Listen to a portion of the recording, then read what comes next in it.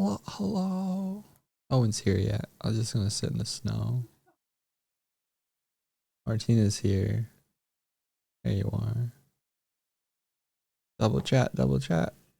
Oh, yeah. Oh, Jeremy. Hello, everybody. Welcome. It's another Doig only stream today. Let's go. I'm gonna be doing some of the list that we made yesterday. I'm gonna get a start on the portable screen improvements. Very interesting stuff. But it'll be good. It'll be good. What the plan is that whenever I make a screen, we'll be able to like turn on a camera that goes straight to where the screen is, no matter where we place it, and frame it in a nice way. It's not gonna be a long dumb shit Thursday today. But it will be a short dumb shit Thursday. Mr. Bear, hello. Muldrum, Nico Spud, Ali, Silvestris.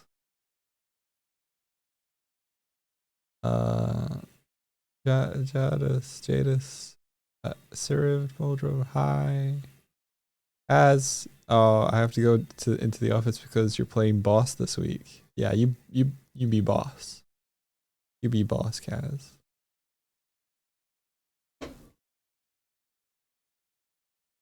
I've been using a pillow on my chair recently. The cushion on my chair has been destroyed over the months of using it. I put a pillow, but that fell off and fell to the floor. And last night, Kuma curled up on it, and it was cute. But I couldn't put my feet down. But it was still cute. I wish I could have put my feet on him or under him.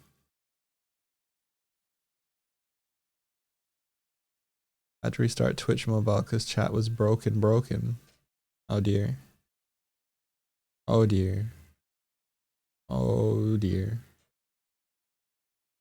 Well, I'm just gonna get started. Boom. My laptop out. I'm gonna face towards my laptop slightly this way and do this. Aha, there we go. I'm sitting in the snow. Coding stuff to do.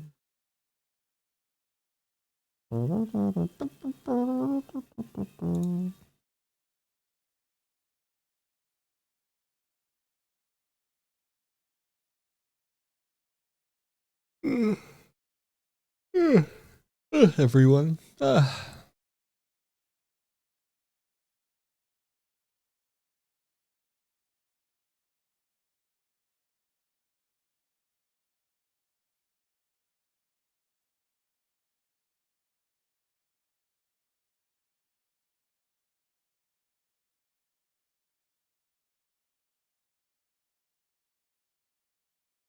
Before you go for a nap, pose rhythm now.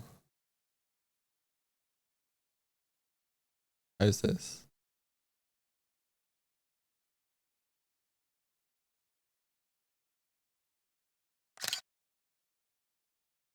There you go. Hopefully that has what dumb shit are we doing today Doig on it as well.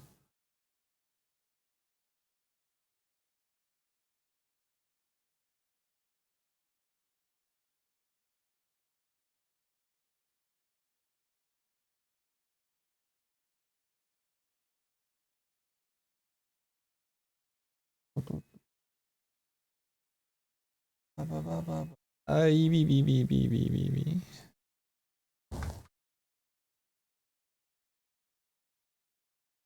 Thursday, is your NDI definitely off? Because it cycles through your screen first when malicious coding noises. I wish my code was malicious. All right.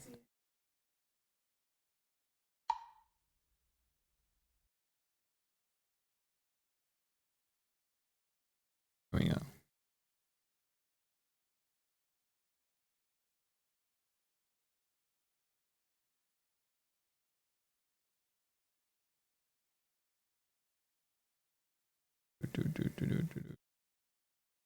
But here, and say here.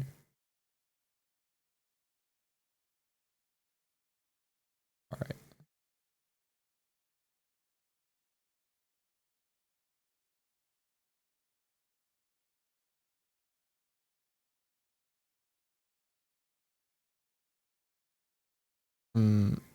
Probably what I'm gonna do is get an angle like this and then just turn off the other chat. Maybe we did yesterday. I'll stand here.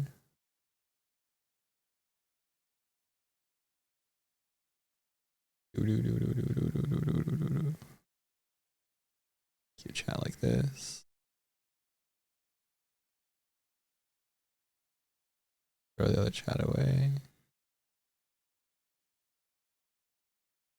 Here we go. Stream layout complete. I have to make it every time.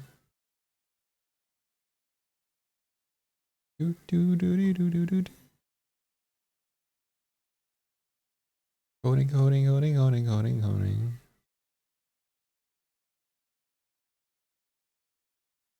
Okay. So this is a version of the screen that I have behind me right now. And then you can see here, this is how the camera attached to it is going to frame it. And then I was just kind of deciding like how close in, like we could have it like do stuff like this. Maybe.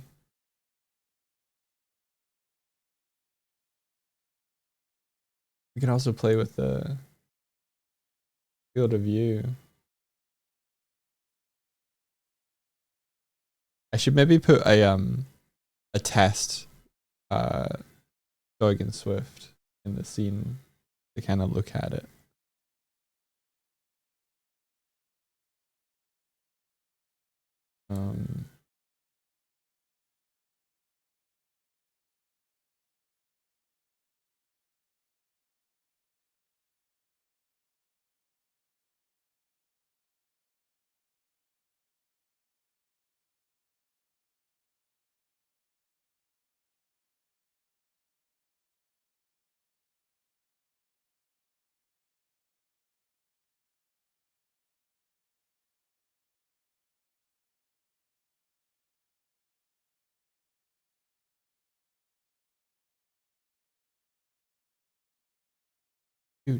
Do.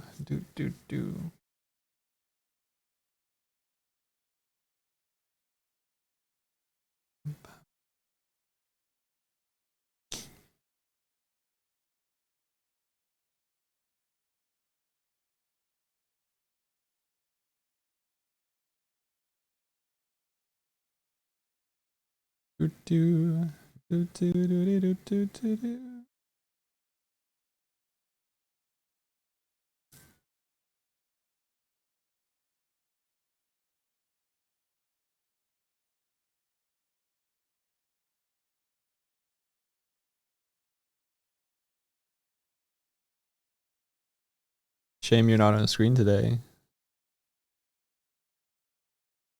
I wasn't there. Look at you guys.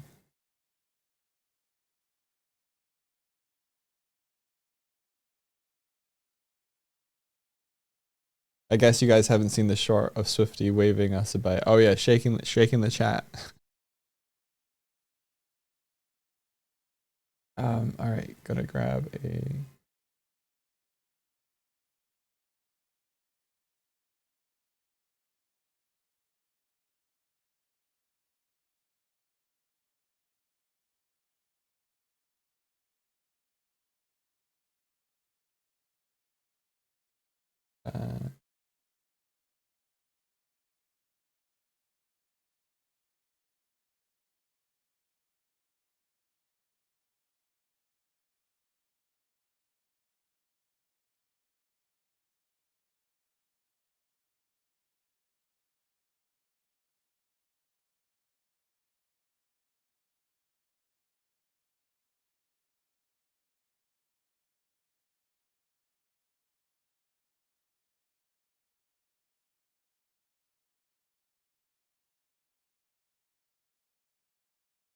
Aston, where we're gonna stand.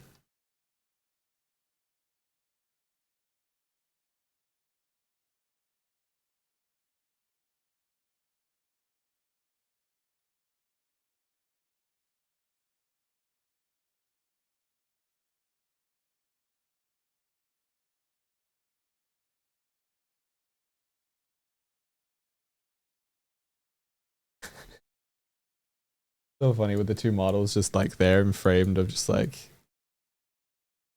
some sort of intermission. Not intermission. Intervention.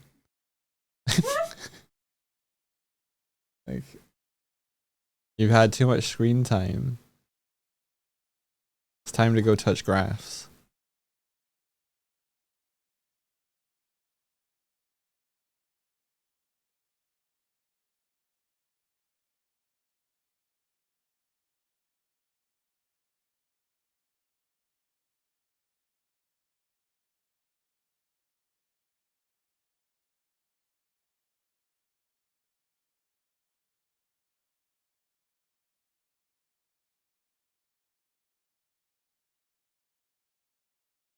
Okay, so usually it'd be around about 60.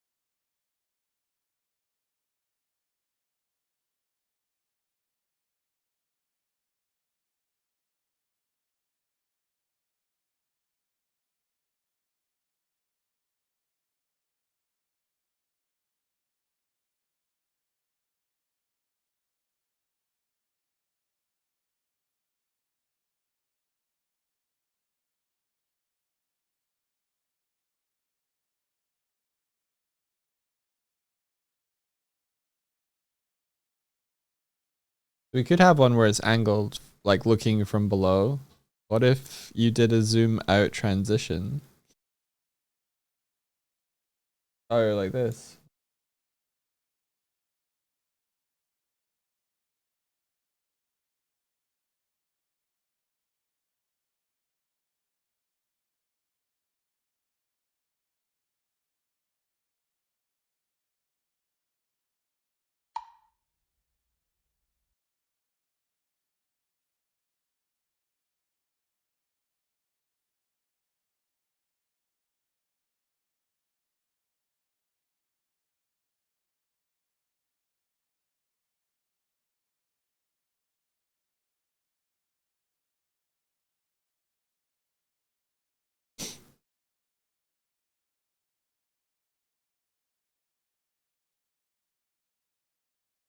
Start on the screen, then zoom out. Don't have to, but probably, and probably shouldn't. But what if?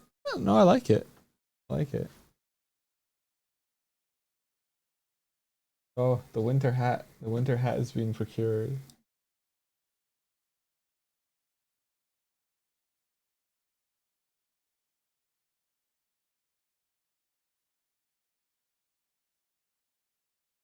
Um,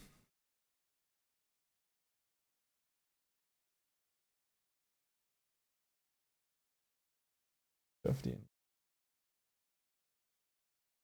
I turn off the radio menus later.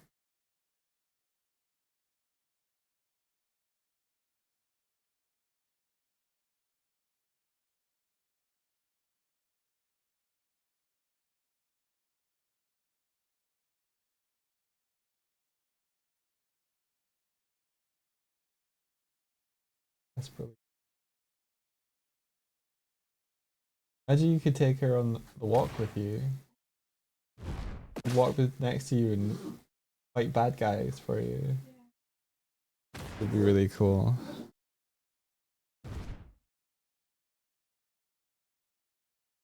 Yeah.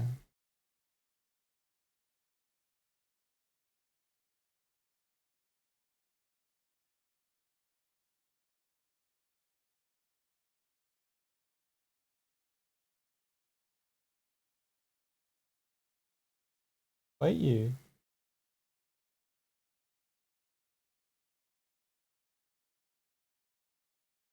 Swifty deciding that petting a sparrow with her socked foot was a good idea. Was not. Speaking of winter, we're getting like 6.6 centimeters of snow where you're at today. Oh, you're not looking forward to it.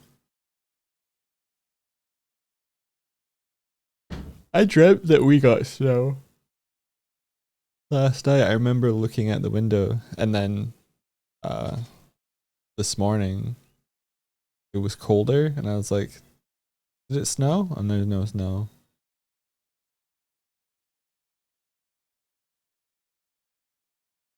I think that was a prophetic dream.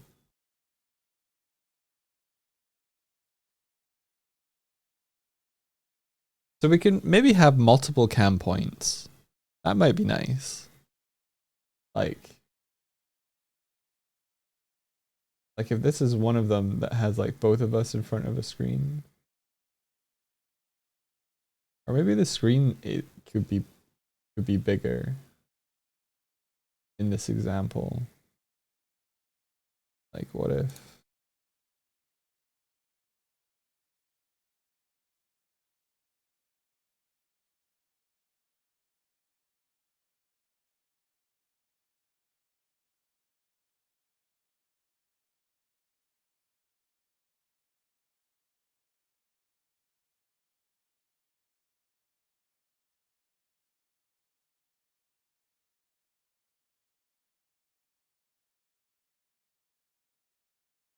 something like that?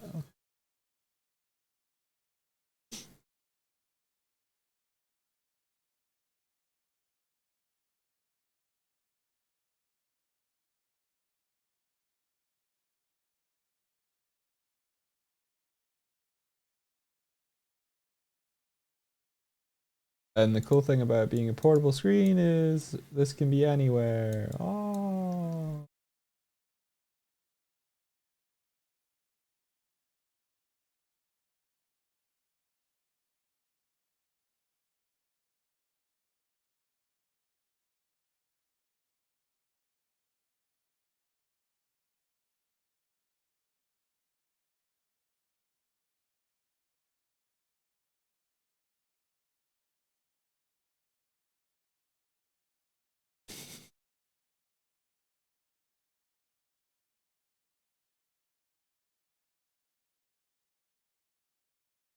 Just constantly rotating.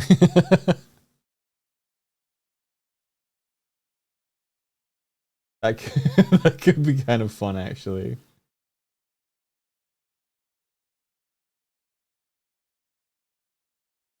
Slowly rotating.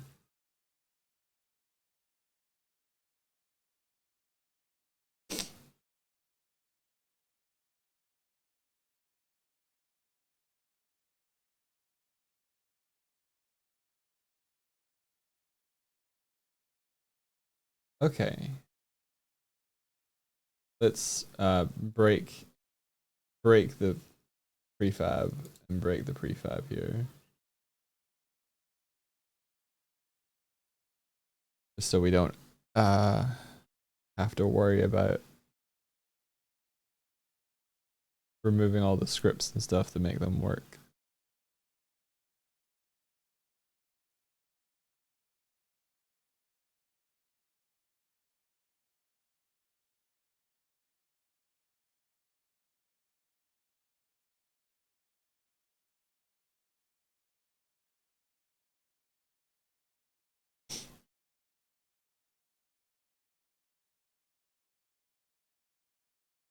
So that's a potential option.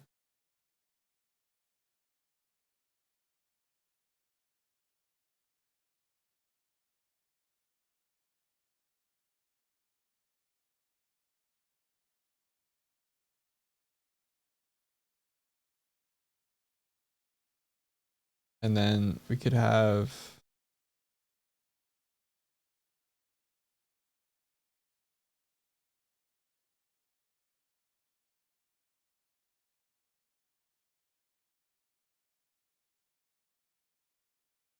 one that's more like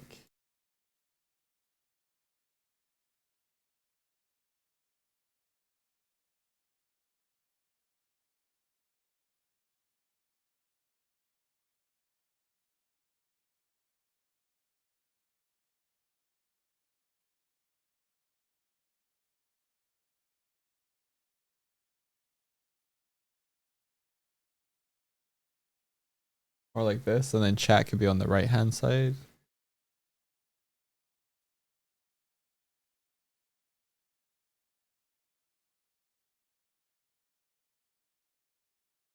I'm gonna take some of the UI off so that you're not having to worry about that.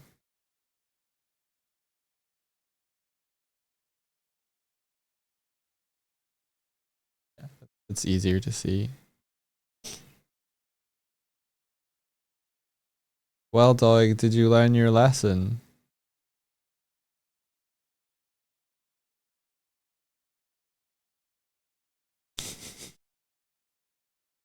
Yes.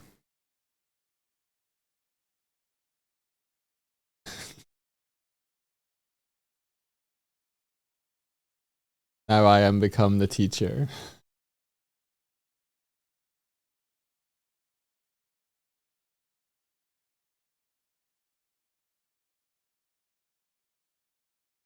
Oh, I see. I see. Martina removed the timeout. All right. Wow. Martina, your loyalties have been revealed. You have stronger loyalties to Rennie than you have to the Doig Swift. To Doig Swift. I can't believe this day has come. What am I gonna do about it? There's so many things that I could do about it, Martina.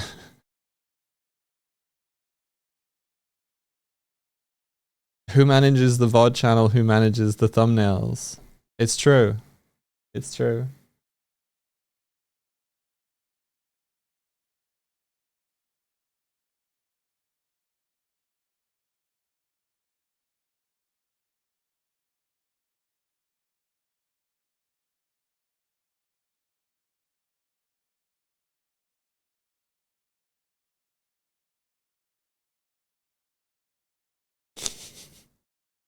Hi, Doig. I hope you were good.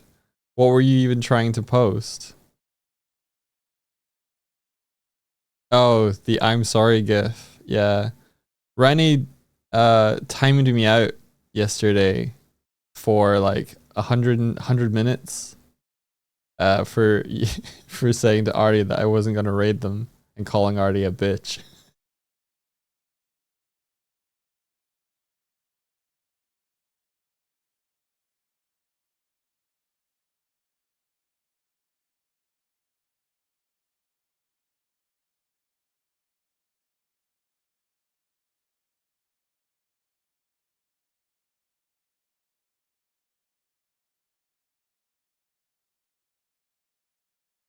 So we could have this sort of view and then maybe an opposite one that focuses more on Swifty.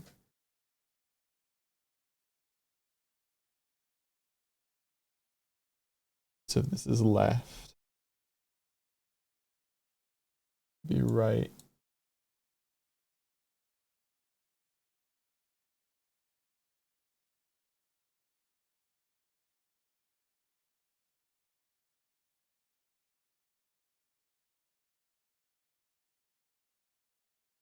Seems like that might be timeout worthy. Oh yeah.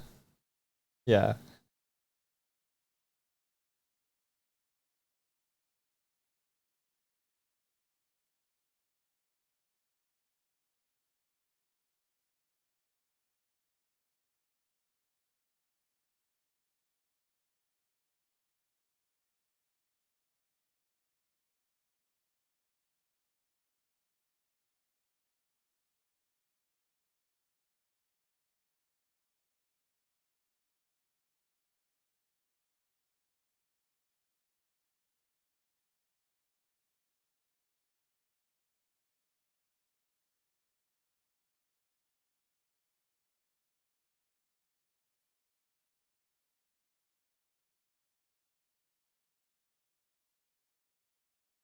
Here we go.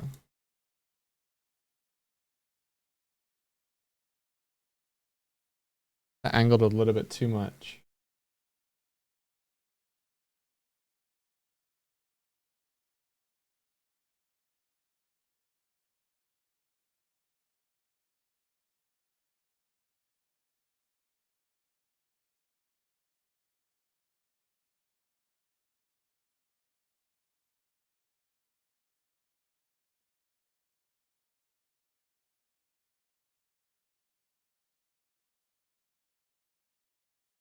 Interesting. I angled it more before, but it doesn't feel as angled. Weird.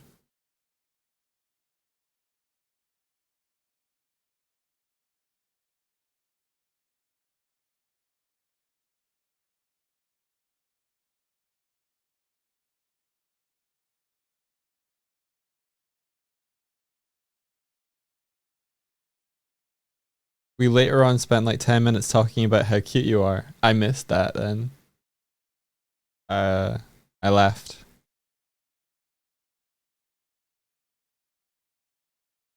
I was there for like 15 minutes, waiting for a timeout lift so I could be like, I'm sorry, or like, I survived, or I'm still here, or whatever, but you took too long.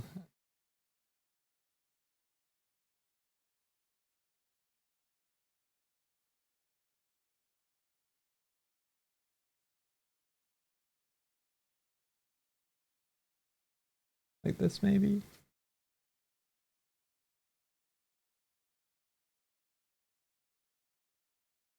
You immediately went to my DMs. Yeah, it's when I realized it was 100 minutes.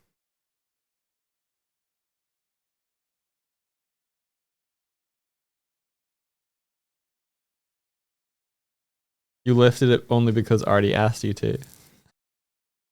That's fair. I thought it was funny. But I also couldn't stick around. I had to get to work and stuff.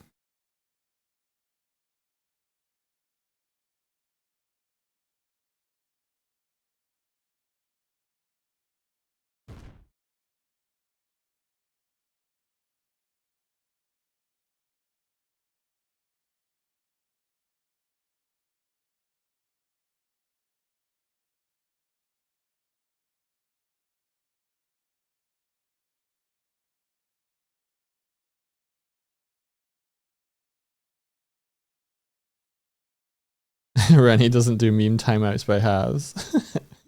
You only ever do 69 seconds. I don't know how to specify how long. There's just a button. There's just a button when you hover over the name.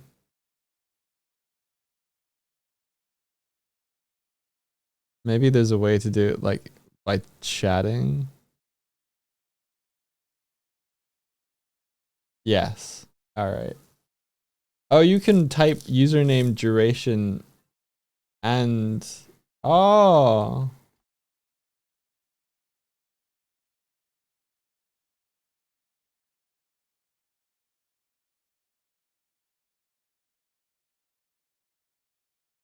You're going to take an angry nap. Or are you? How are you mad? Why are you mad? Oh, let me post blue sky. Let you post to blue sky, or let you post a blue sky here?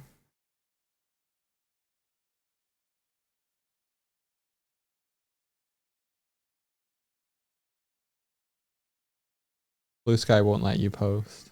Oh dear. As long as I didn't make you mad. See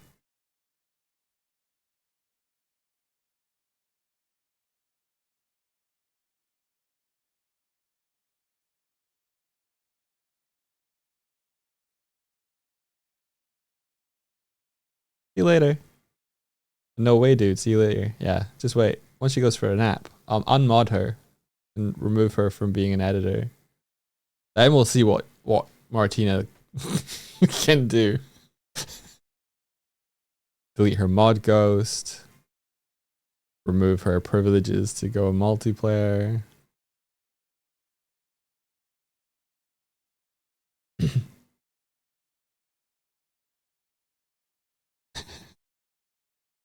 Sounds like a self-owned more than anything. Yeah. Pretty much.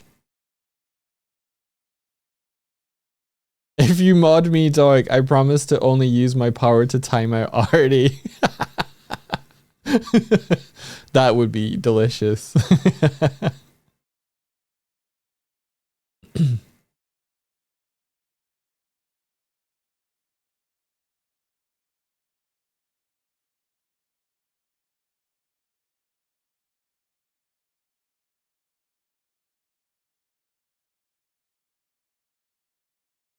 I'm trying to think if there's any other camera views that would be so that would be cool. So there's left.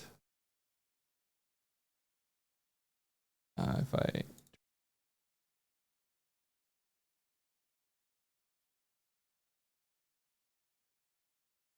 this one, and then there's straight up this one. Might be the main one. Do you want a dual screen setup? That's a good point. I mean, these are setups that are around showing one screen. Hmm. Hmm.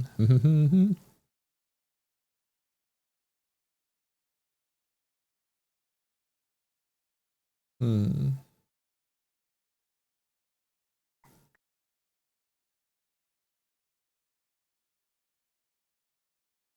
We don't do it very often anymore.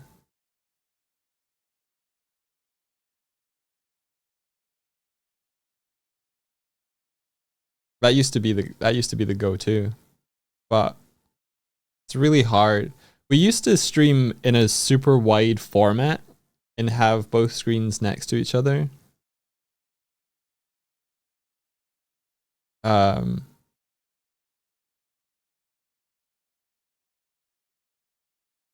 then we went back to like 16:9.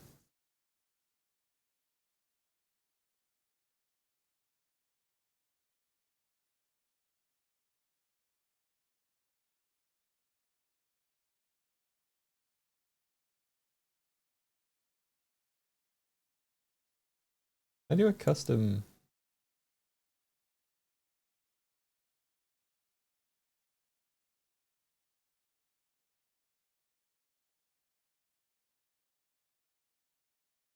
Wonder what the stream would look like in like slightly CinemaScope.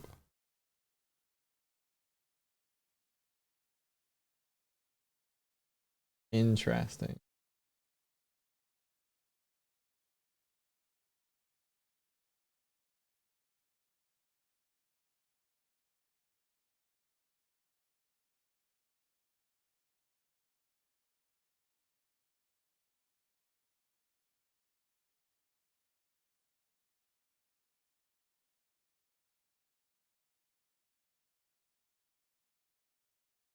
I don't know how the NDA mode works, but it's honestly kind of cool that it exists. What NDA mode?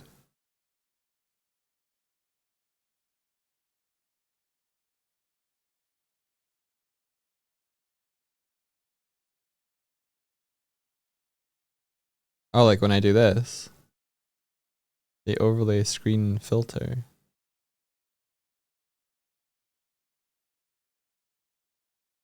Your screen shows NDA.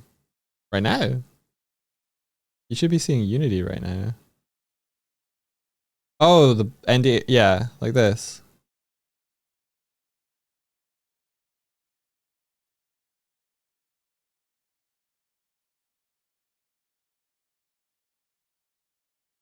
Fun. Yeah, it's if I click away from an application, it's where's the other NDA screens? I don't think I have those, the art here on the laptop. I should get it. This is using auto scene switcher in OBS that Kitco showed me. So if I click on to look at the code, or if I click on to look at Unity, it switches to the scene showing that. So I can put other stuff in the scene as well. Although it's kind of hard to do. It's hard to do because OBS is one of the scenes. Sorry, OBS is not one of the scene switchers, so it like maybe I can studio mode this. If I go into coding or the Unity one and add, there we go, I can do it this way. Add a text.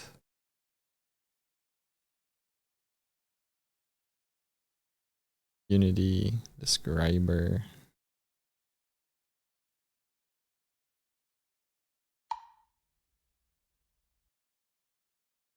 This is Unity.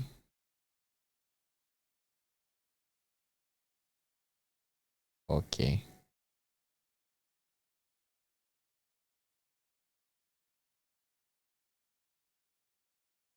And then copy and go to coding and paste duplicate. This is it Visual Studio? There we go. Fun. So if I come out of studio mode and go into here, now it can say this is Unity and this is Visual Studio. What if you put a Rickroll in the scenes? Good.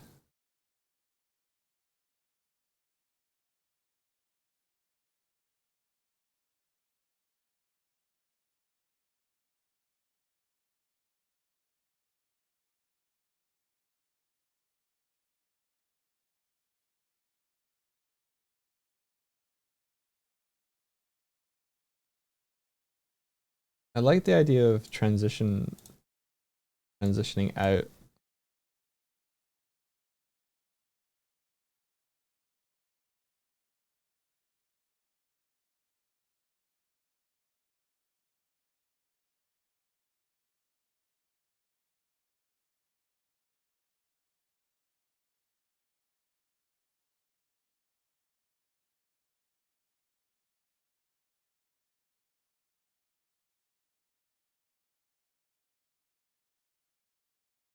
You could transition from like looking real close, and then you could transition to fun. It'd be quite fun.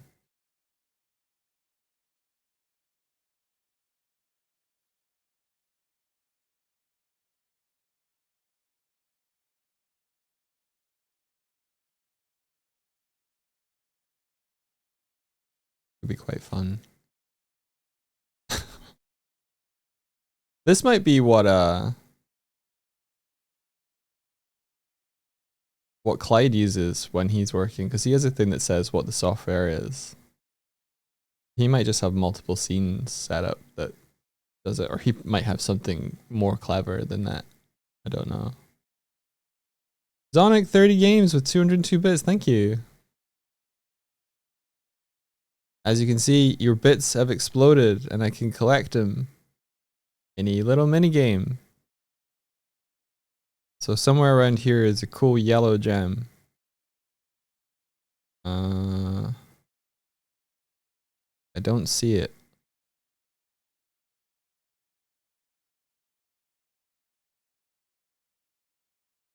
You guys see it? Let me have a quick look.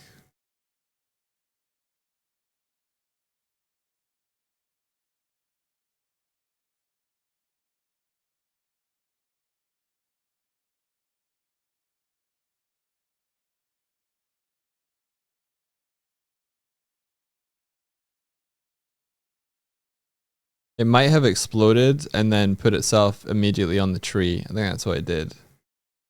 Dog wins. I think that's what it did.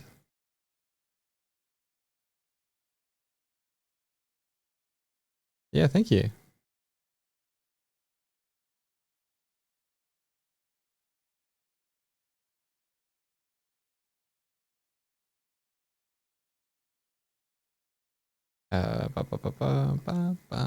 Boom.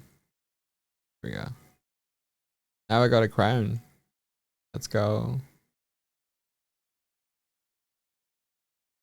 So, the question is, I kind of like the idea of like being able to create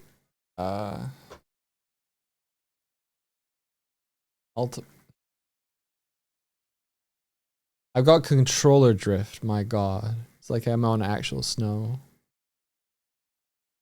There we go. I wanted to be able to make screens wherever, but maybe what I should do is just have the screen teleport around rather than instantiate. And if I did that, then I could set it up to already be part of the room manager thing.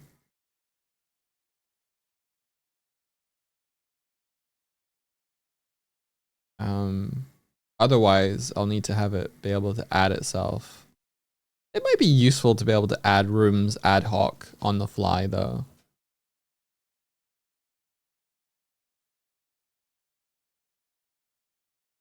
And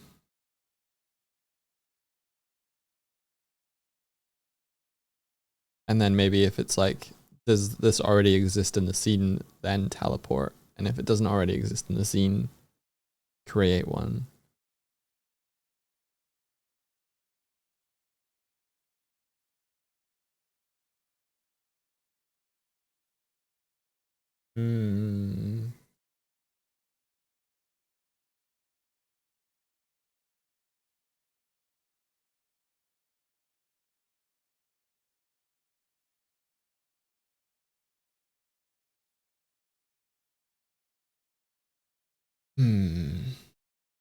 I'm trying to think forward plan ahead. I like the idea of being able to add a room during runtime. I think that would be useful for various circumstances.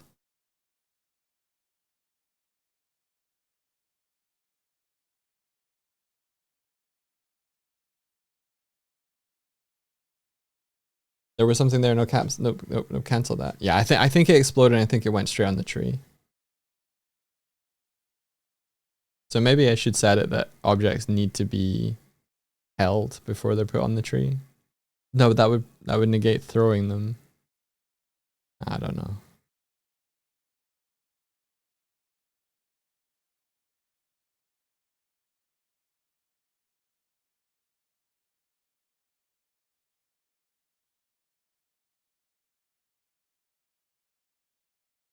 Objects need to have been held at least once. That's not bad. That's not bad, yeah.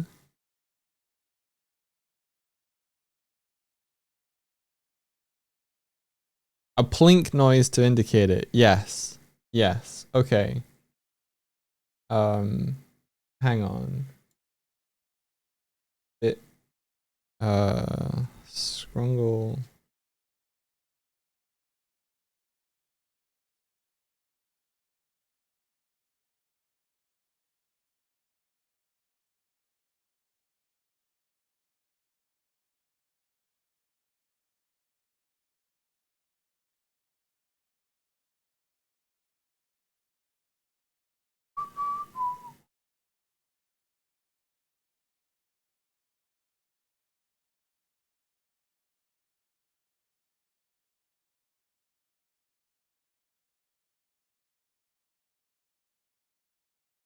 Photon view. This is wrong. Wait, it all has a photon view and a network identity. That's dumb.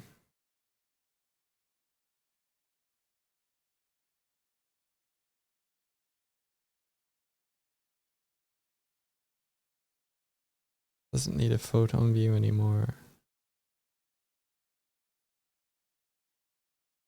Okay, we could say on the decoration transporter.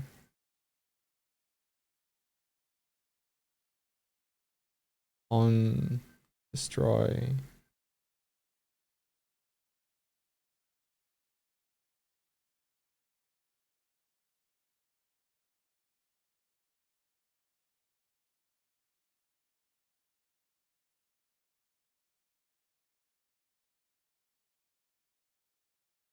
Actually,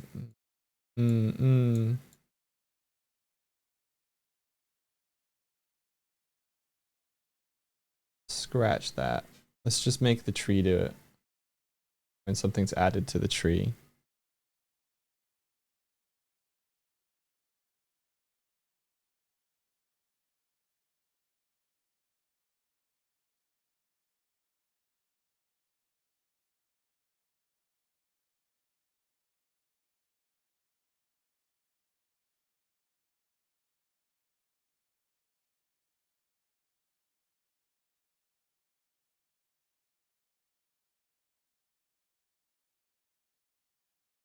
In tree, blah blah blah, pick names, hide names, reveal names, add.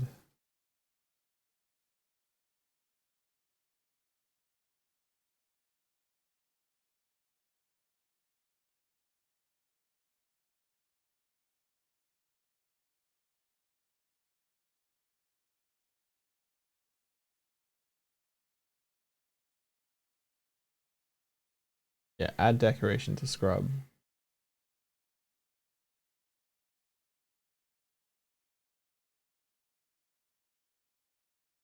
Yeah, do it here.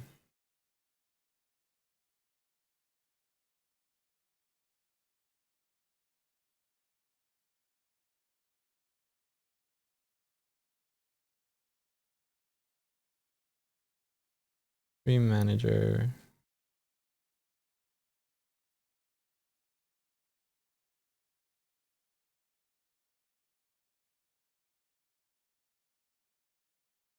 Is it network call to play sound?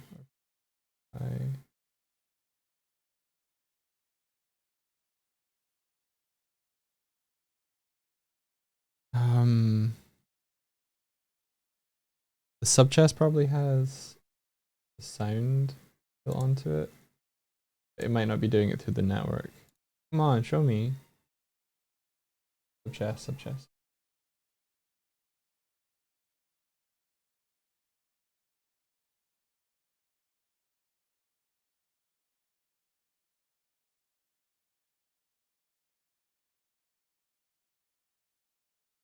And destroy this, play sound, this. That's what I want.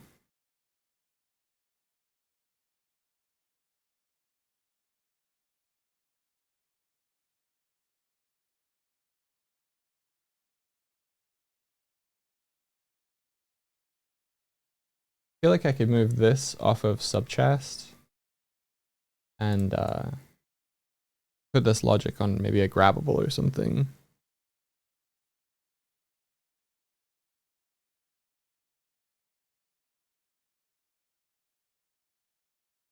Friggin', how's it going?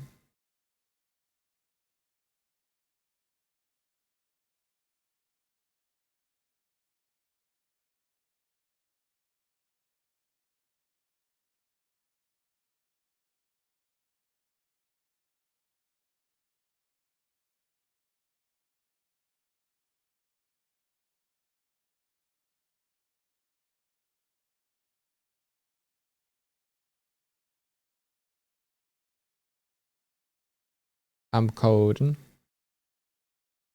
This should make it that when a bit the yellow crystal goes on the tree, it makes a sound, because when it gets deleted, or actually when it gets added to the tree, it'll make the sound like this.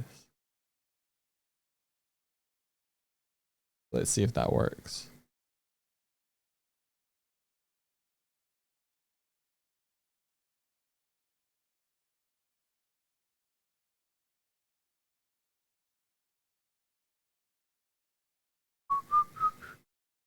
Hey Frenchie, how's it going? Good morning.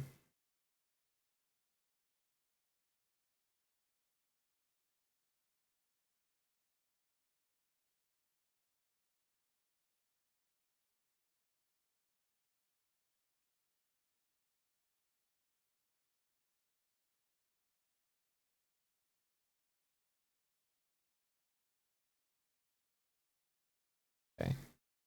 So I need to make sure that this Doig and this Swift is just. I wish there was a way to just be like remove all of these in an easy way.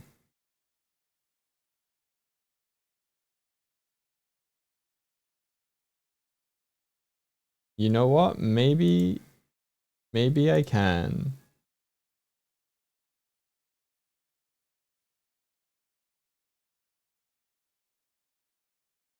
Because they are just the models like this.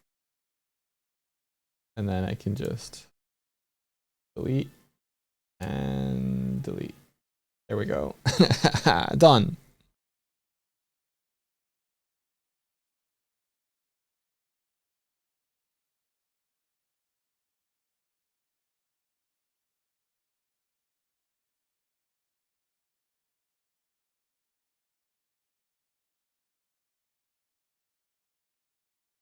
Okay, so our bit transporter,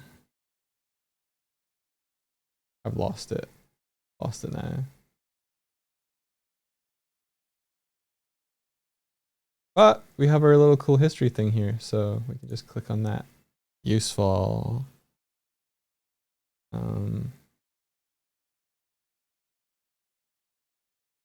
Drag this here. All right. And if I hit play on this scene,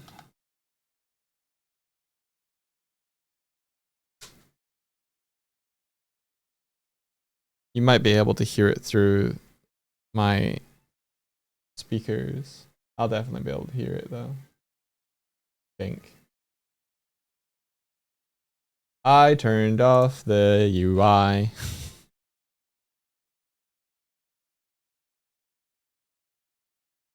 There we go.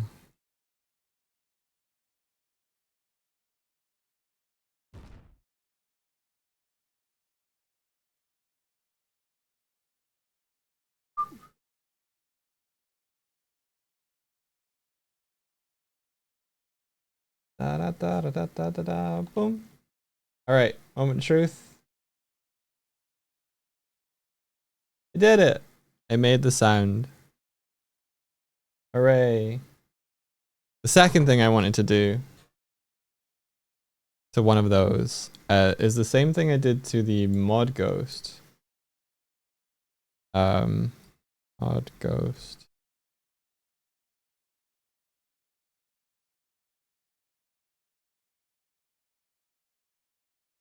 Mod ghost scrub.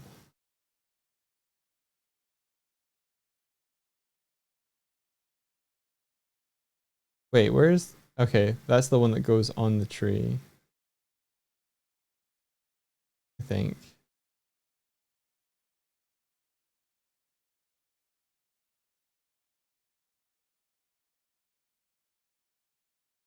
Where's the one that...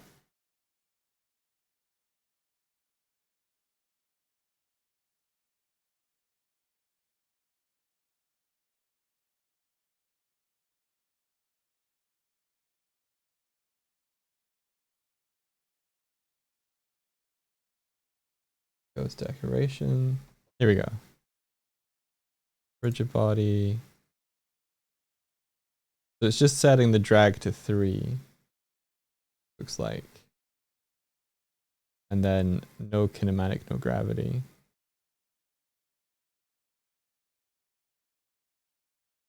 Okay. So bit transporter.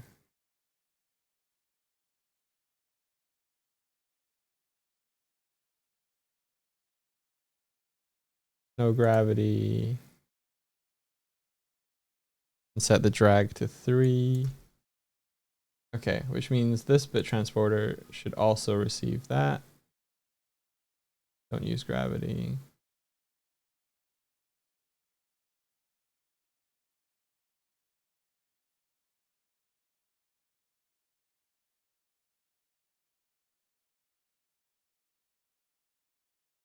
Turn off the portable screen.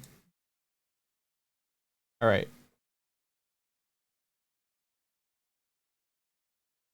So if you add drag to a rigid body and I go to pick it up, you can have it like float in the air like this, but it has a little bit of drag.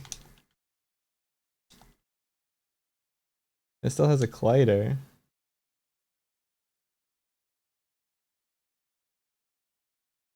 That's kind of neat.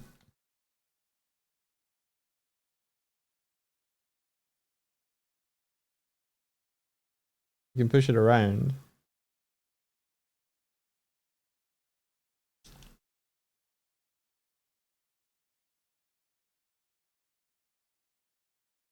I can put a little spin on it. Figured that was kind of cool.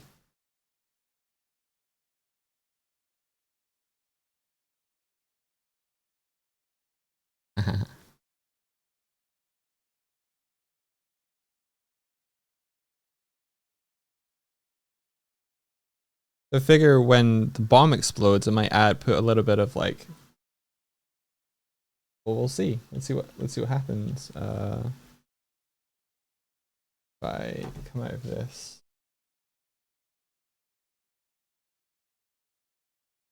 go to my debug, prefab to spawn via bit bomb.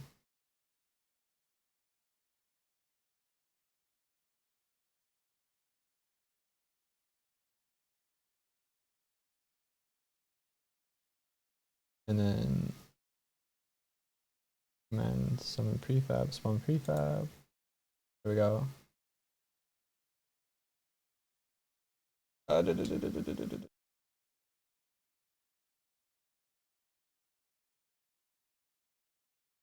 Aw. Wait. Oh, it has gravity. Okay, I didn't remember not to have gravity. Lame. Wait, why are there multiple Jellycats and mods on the tree? Because those are all the various things that could be put on the tree. So you can put Kofi's, the mods or Pally's, but Pally's been a bit sus in the time after I made that feature. And jelly baubles were a thing previous year.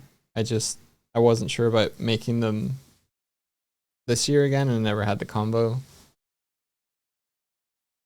So yeah, bit subs, Pally's. What's happening with Pally? I don't know. They were recently bought. And then they were down for a bit. And now Thor was the one that told me about Pally, and he's opted to not use it. So I don't really know. But it was a good bot. Doesn't sound good. Yeah, never is good. Did you hear that like one of the founders of Rooster Teeth has bought the rights back from Warner Brothers for various IP for that Warner Brothers bought from Rooster Teeth?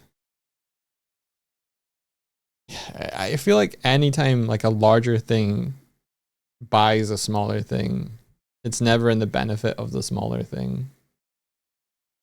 It's always the bigger thing trying to get as much value out of the smaller thing as they can. That's what was up with the ominous Rooster Teeth post? I didn't see the ominous Rooster Teeth post. I just saw someone talking about it.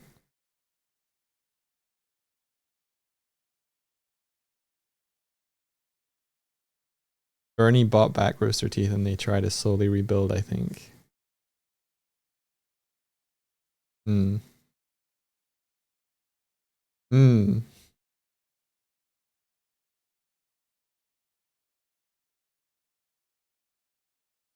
You hope he got Ruby in Red versus Blue. I don't know if he would get Ruby, would he?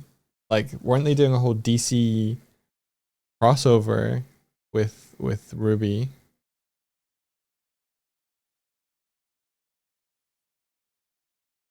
Going to the website shows a small letter from Bernie saying, "Yeah, hi, I bought this back." I see. Okay.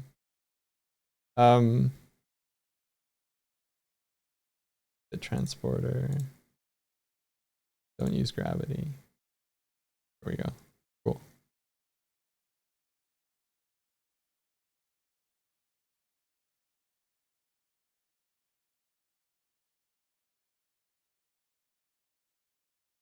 Were they still making more seasons of Red versus Blue when I think Warner Brothers closed shop?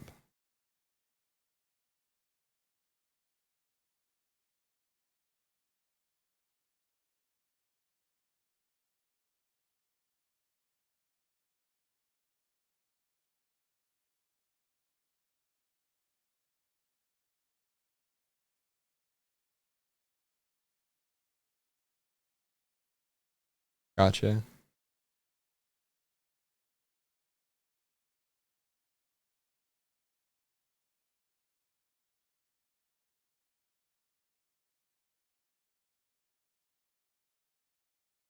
Debug. Bitbomb 100. Try this out.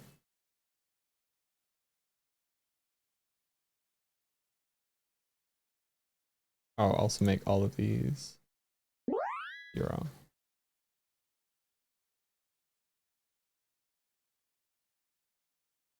A year already. Thank you very much, Benderall. Thanks for the support. Appreciated. Grab this. Put this on the tree. Nice.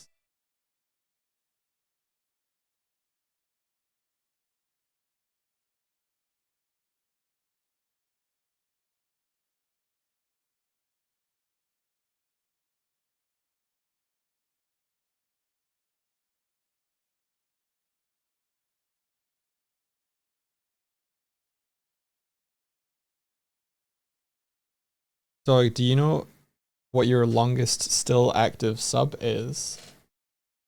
What do you mean? Like who I am subbed to or someone who is subbed to us?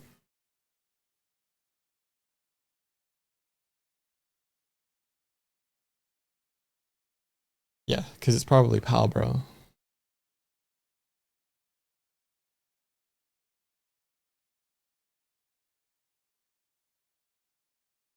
I think Palbro and Karzik have the longest.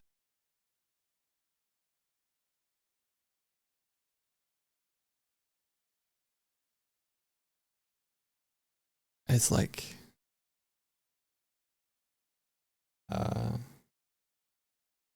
60. I think it's probably around about nearly 5 years. Something like that. That's crazy.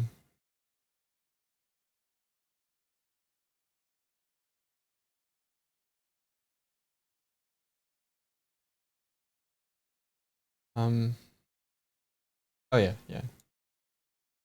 Trying this out.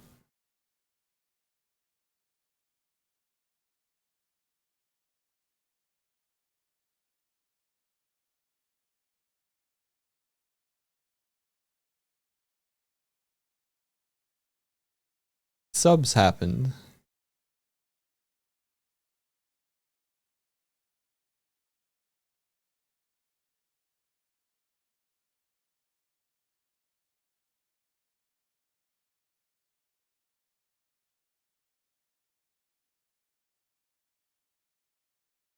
Debug, debug, debug, debug. Boom. Do do do do do do boom. Do do do do do do do boom.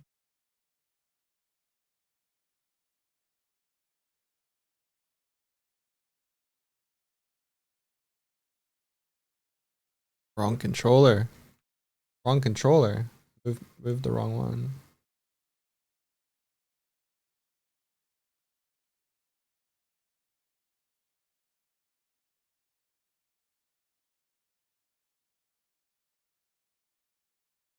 I was hoping the explosion would make them like would like make them move, but I think they appear after the explosion has happened.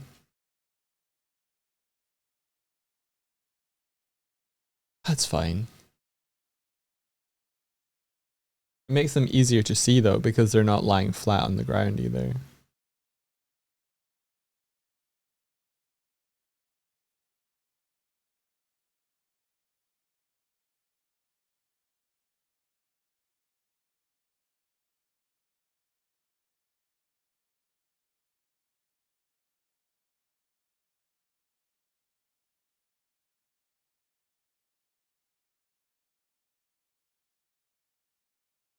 Quick win.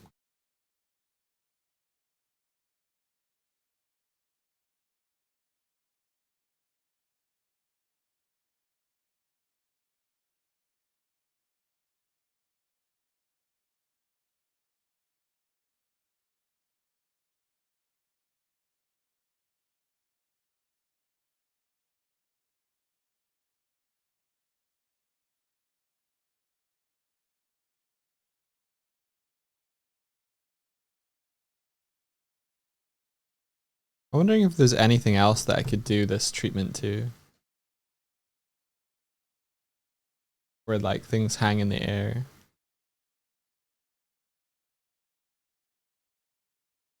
Maybe pictures? No, they already like nah.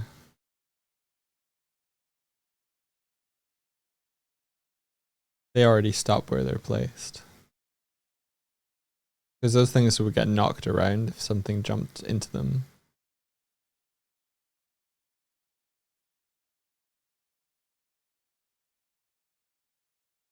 The RT site does have RVB Camp and the RT podcast listed specifically doesn't show Ruby. I don't know if they'd be able to get Ruby back.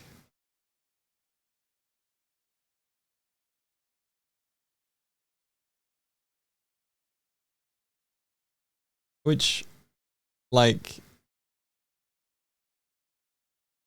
really sucks in a way because like the original creator, Monty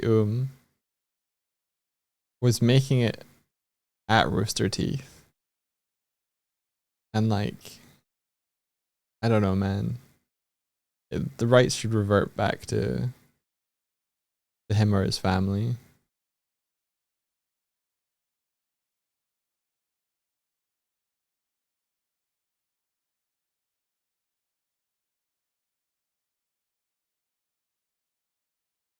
Like that whole thing is a little bit like he was making it Rooster Teeth. He died suddenly.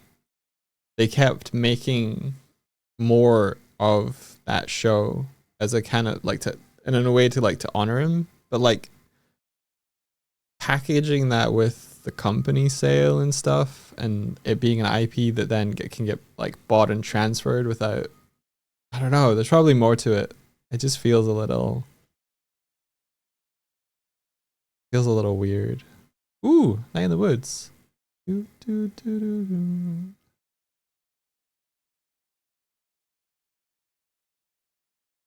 You would argue that Ruby is like their best known IP at this point.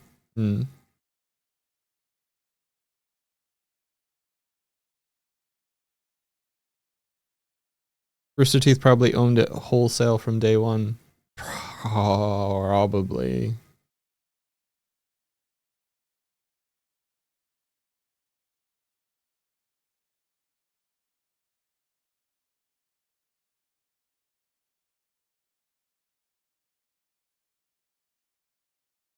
Okay, so do we have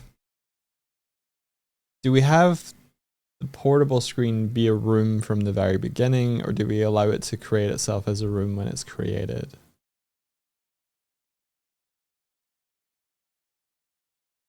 Or a mixture of both?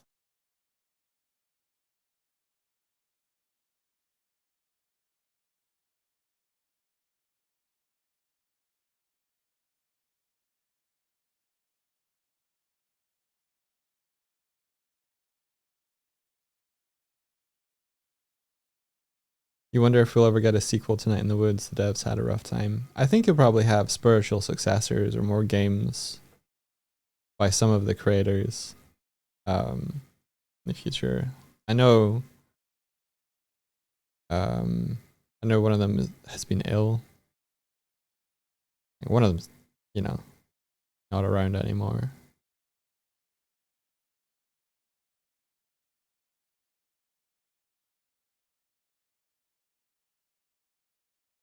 Is Revenant Wood something that they were developing? I haven't followed. Sorry, Revenant Hill, right?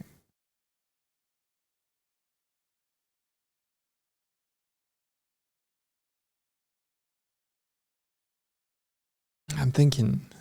So usually rooms have one camera. What if it could have multiple?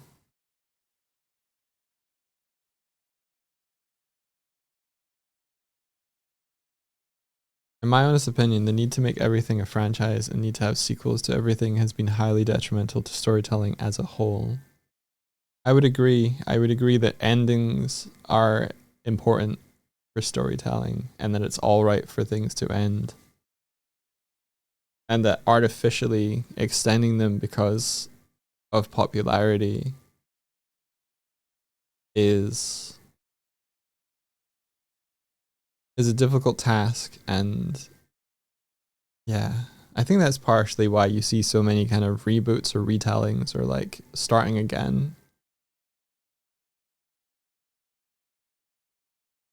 I saw someone commenting yesterday that they thought Stranger Things should have been more stories set in the same world with a different set of characters. And I would agree with that. I think trying to continue that the same characters went through more trials and tribulations and stuff, like it started to fall flat for me. That was the original plan for Stranger Things. I think they just had one season in them, but I could be wrong. But I think that they had like a 1-season story and they told it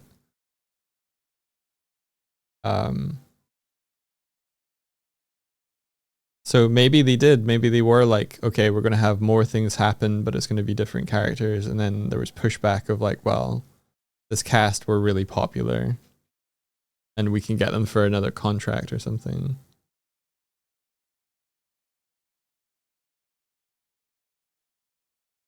That's why people love Avatar: The Last Airbender so much. It's a cohesive story that has a thought-out beginning and end, and not like Korra after Atla getting season 1 and then told make more. We like your money.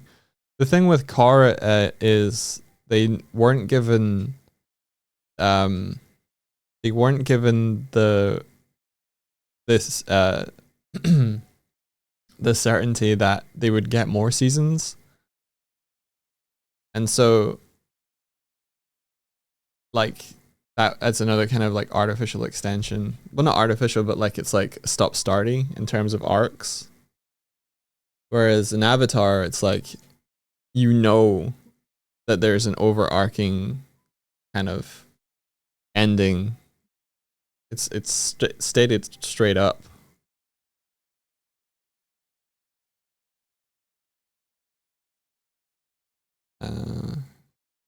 Fushigi Yugi had a defined start and end both in the manga and the TV anime, and then when the TV anime became super popular, the publishing company pushed the artist to write more manga and extend the story after giving a firmly defined ending. The result was kind of a mess because the narrative wasn't meant to continue on for chapters and chapters after. Yeah, like when you have a story, you kind of set out an argument and then you have a closing statement on your argument, in essence of like, you know, you're trying to kind of convey some sort of understanding that you have about life or the world around you. And then in that ending, you're kind of like putting a kind of a stamp on it of like, this is how I really feel. And the thing about having a character go through that arc and come out the other side of it is that they should be a changed character on the other side of it. But I think often what happens is that people liked what the character was like in their initial journey, and there almost becomes this sort of catch-22 where the character has to revert slightly to continue to be like people like them. And so they have this kind of like stunted growth. I think that's partially what I feel like happened with the Stranger Things, is like the actors grew up, but their characters didn't. You know what I mean? So there's this weird kind of like, they're acting in ways I wouldn't expect them to, given how much time has passed. And then there's also like, you're fighting this suspension of disbelief that these characters have only spent like a couple years together, but like they look like they've aged like 6 or 7 years. So there's like this slight immaturity, especially with like kid actors like that. There's this immaturity that jars with like what's happening. Like for example, Eleven in the first season is like finds it difficult talking. That aspect of the character should be gone by season 2 or at least 3. Like if they spent like a month around people just like talking whatever, because I don't know, it's just this weird like, oh, the character, this is kind of what the character, this is a behavior of the character, so that we have to kind of continue writing it like that. And it's like, well, the character hasn't been in isolation for they're out, just learn how to talk. I don't know, but I think also season 2 undermines the sacrifice of for 11 in season 1. Like she's dead. She died saving people. Done.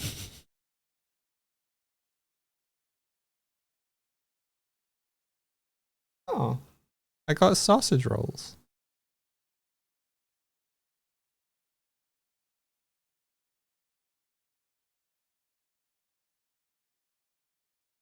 They could have written them as a mute. Yeah.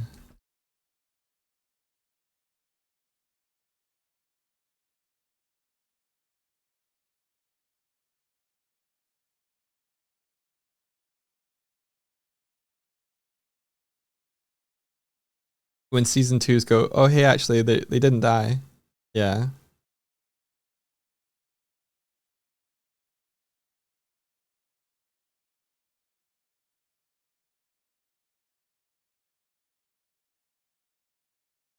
You despise walking back a sacrifice. Oh, that high emotion point meant I didn't mind them walking back sacrifices in the manifest in the last season. But because the whole thing is that they're supposed to have come out the other side better people. Kind of like the whole point was like the sacrifices that they chose to make are still with them. So it's not a complete reset. But then I wouldn't want to watch any more Manifest. Like it's done. Apparently Manifest was supposed to be a 6-season show, and then they had to finish it in 4. And I think I kind of felt that in the last the last season, because it keeps going 8 months later. Because they'd set up this timeline that it was supposed to take 5.5 years, and then they're like, okay, so 2 years have passed since this happened. Right, that covers that 2 years. All the characters are in different circumstances, and then okay, this happens, and then there's an 8-month gap. Like but you know, you keep kind of rejoining characters, or you know, they're in different, you know, different circumstances and stuff. Keeps it fresh.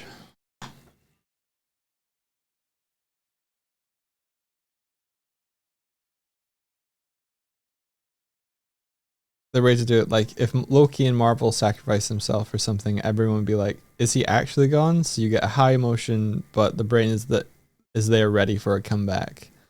Yeah. I get you. You have a nice walk. I tried to go to like 3 different places, all closed. Why was so long? We're all closed. Oh.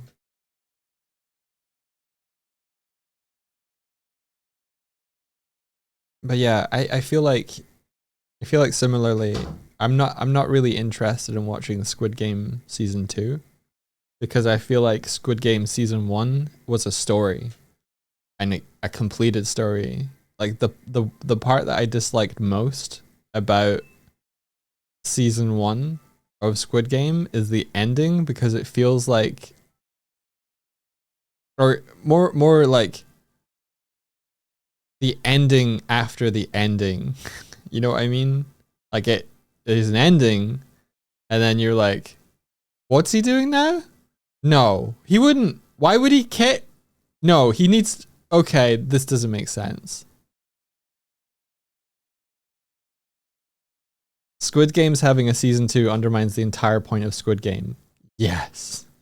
The entire messaging and the entire, like, fucking story of Squid Games. The fact that there's now, like, Beast Games. It's like, you're the villain.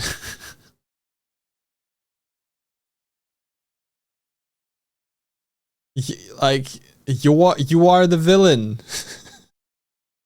if you make a show, if you make a show based on Squid Game, but for real, you are the villain. You have become the villain.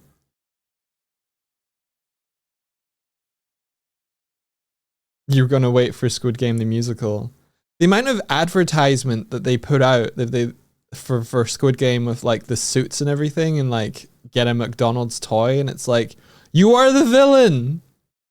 You have become the fucking death twister, whatever thing. Torment of death thing.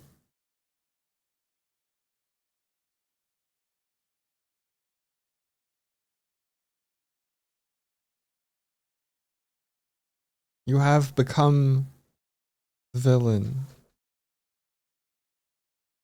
The Torment Nexus. Thank you, Fusor. Yeah, Death Twister Torment of Death.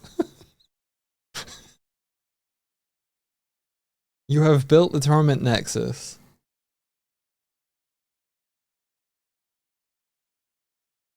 Man, I fucking hate the style of... I fucking hate the style of video that Mr. Beast has inspired. I fucking hate it. I'm just gonna put that out there. I fucking hate it. Money-centric, fucking need and greed and desperation. I fucking hate it. And it's ruining shit.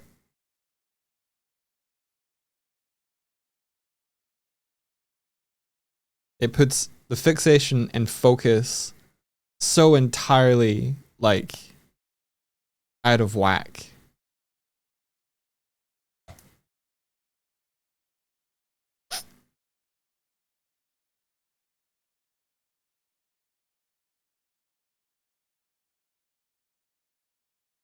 My laptop went to sleep. But Doig, he has done good things by spending a fraction of his wealth for views. That means he's a good guy. I don't believe that for a second.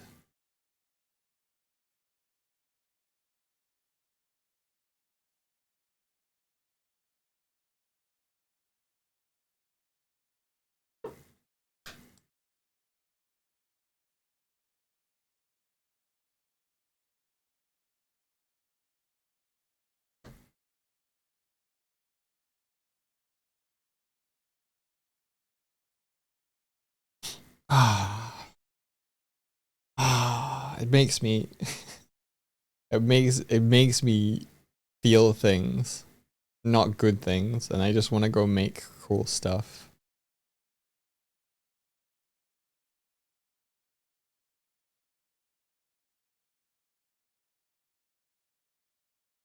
Seeing Squid Game merch. Wait a minute, isn't this literally what the show is against? Yes.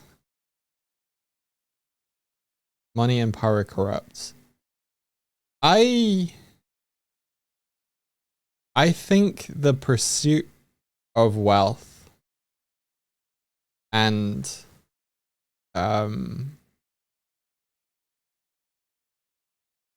yeah, I think the pursuit of wealth corrupts. Not only having it, but trying to obtain it.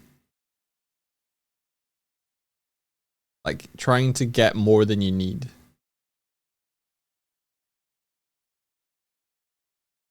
You want Mr. Beast to remake Studio Ghibli movies.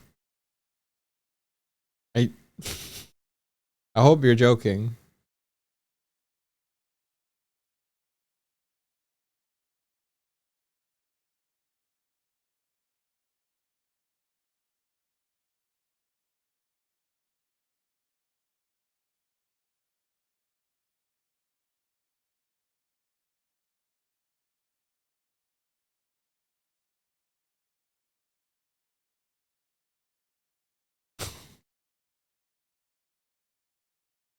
Uncensored Pompoko. What's Pompoko?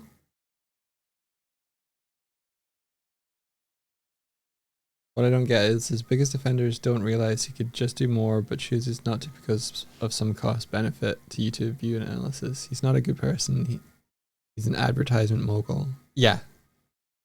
Yeah, like if you consider the things where it's like, hey, the next person that spends $5 could win this $100 gift card.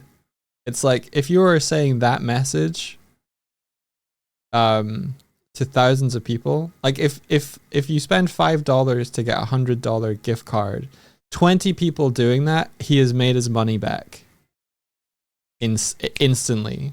So if you have 20 people spending $5 to get a $100 gift card, if you have 21 people, then he's already like in the black. This isn't generosity. This is manipulation.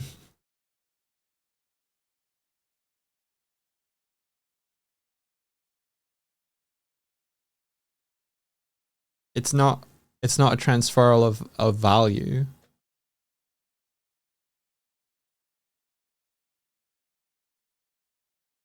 It's just fucking playing to people's desperation and manipulating it and profiting from it.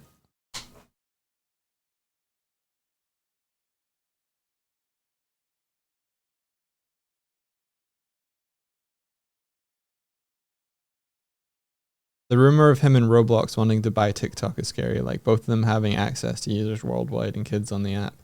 Yeah.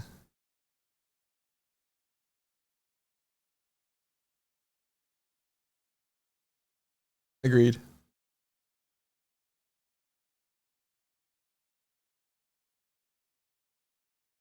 Raccoon Balls Raccoon Balls the movie. I see that Ghibli film. Gotcha. I don't think I've ever seen that.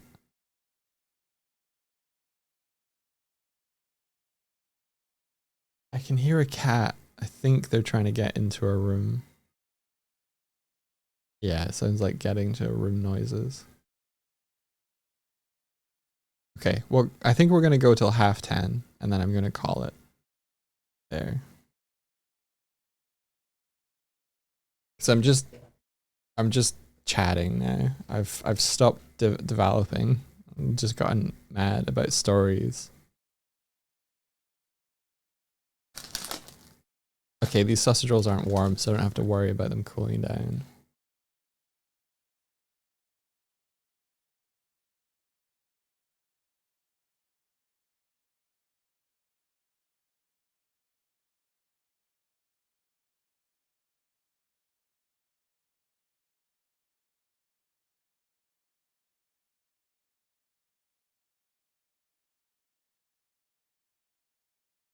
Having a good, no, I'm enjoying chatting. Like I feel like understanding story and why stories are important and how to tell good stories is really important for us as people. I think viewing stories through the lens of how much money they can make is detrimental to them too. I think if you attach the question mark of, well, how are you going to sell this to people, to a story that you want to tell, it's like, it's not the right second question. Like, okay, so what's the story and why do you want to tell it? Those are the two important parts. Trying to attach a cash value to anything is stressful, anxiety inducing, and it like,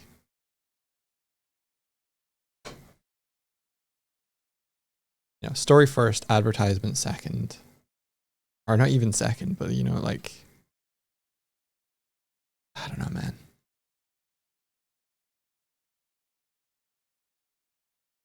I think the thing that's really becoming apparent over the time I've been alive is that creative people require support, and financial support has come in the form of companies buying ideas.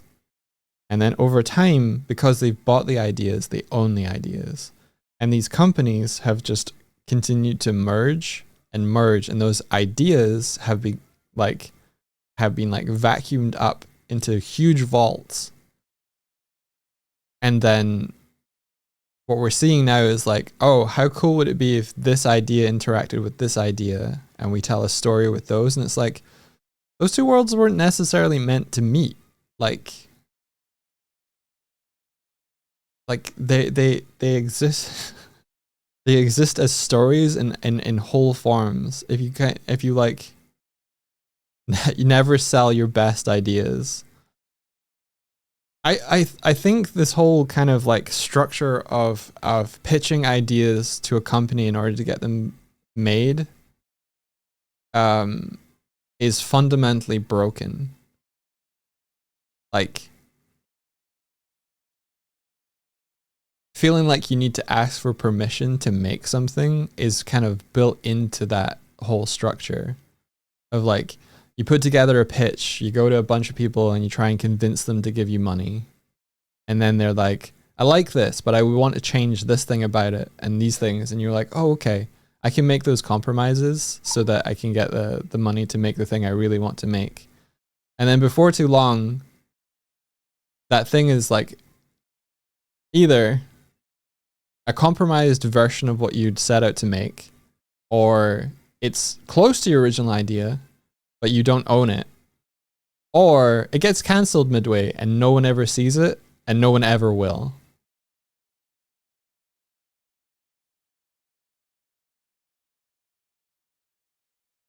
Thank fuck for webcomics, self-publishing, and indie games. I ran the numbers, you guys, because I was doing taxes. And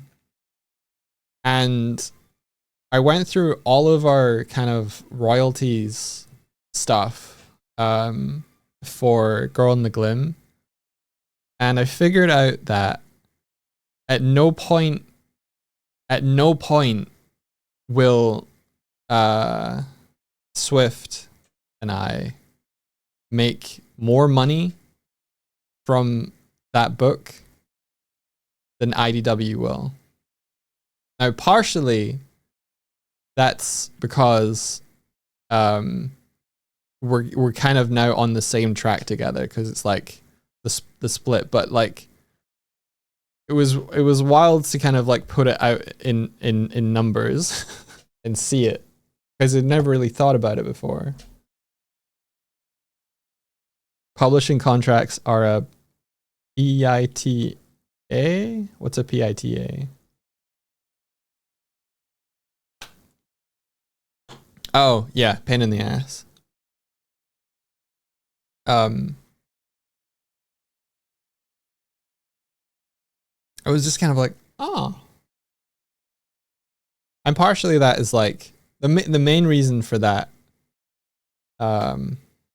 was the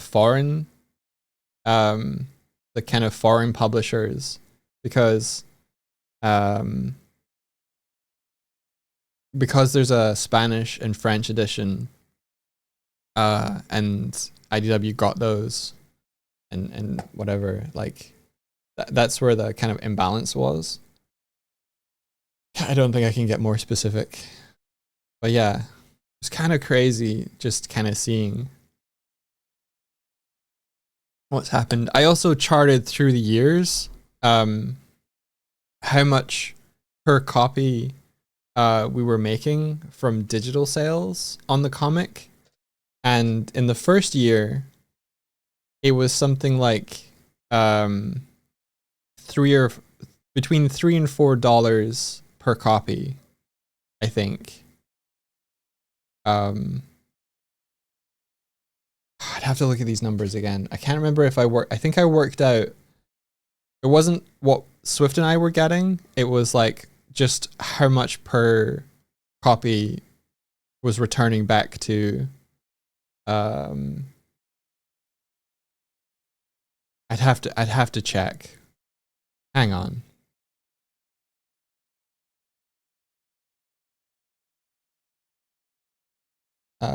Give me a second. I click on not one of these tabs is showable. Hang on. I just have to make sure if I open Chrome that it doesn't. Okay. Feeds.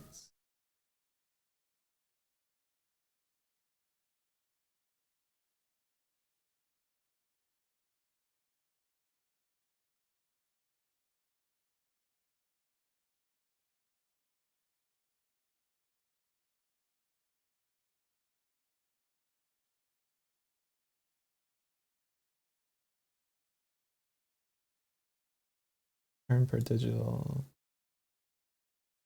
Is it K?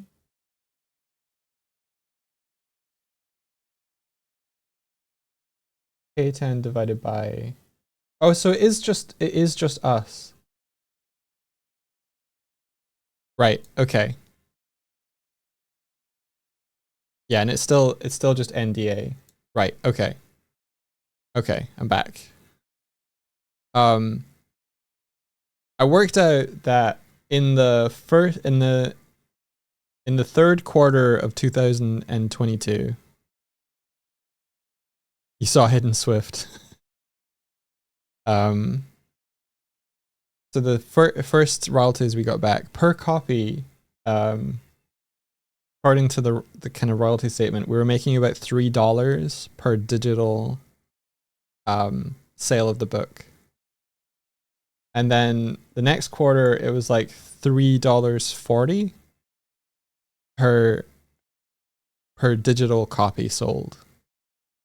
And then somewhere along the lines, it has reduced to 80 cents.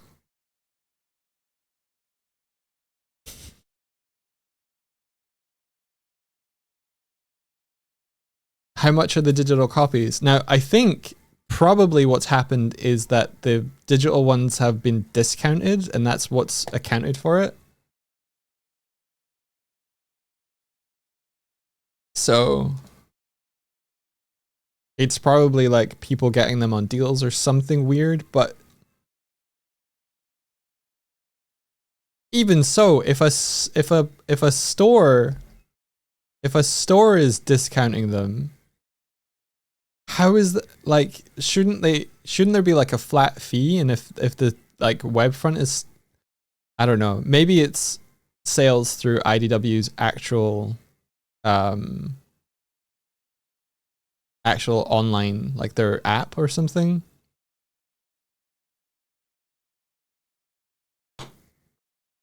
So on Amazon CA, the physical book is $16.99 and the Kindle edition is $9.21.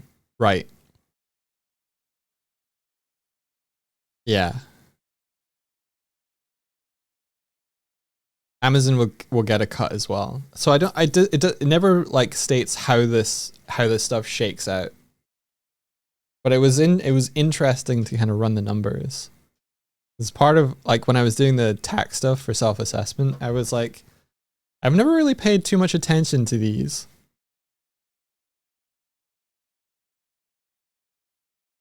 But if we were selling the book on our own web store, we would be getting like a bigger share. And I'm going to try and work out when it's possible for us to do that. Yeah, like on Fourth Wall. So that we can point people there. Because if there's a digital version, imagine the giveaways, yeah.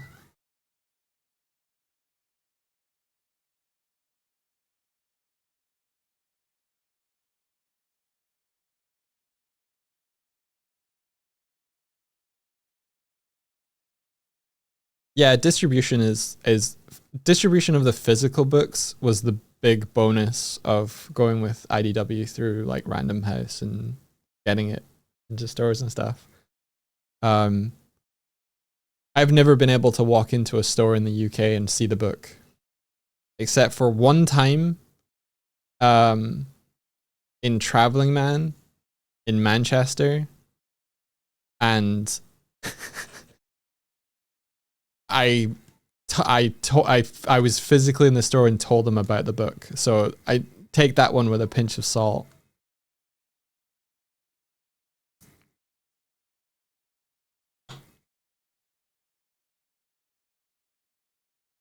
Traveling Man has everything though. They have a lot of stuff. They used to stock the self-published version way back when of Glim.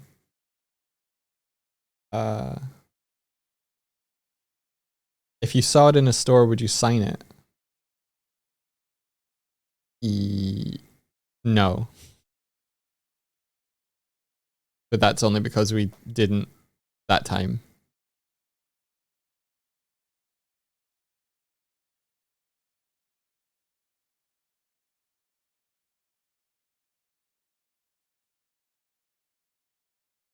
If I saw it in your house, would you sign it? Yes.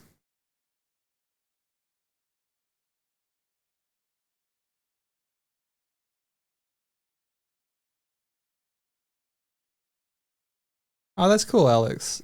Alex is saying, on the Glim on Amazon CA says, only 3 left in stock, more on the way. I recommended the book to a dad friend of mine for his 11-year-old daughter. If he doesn't have a copy yet, I think I'll buy one and send it. Aw, that's kind of you. Thank you.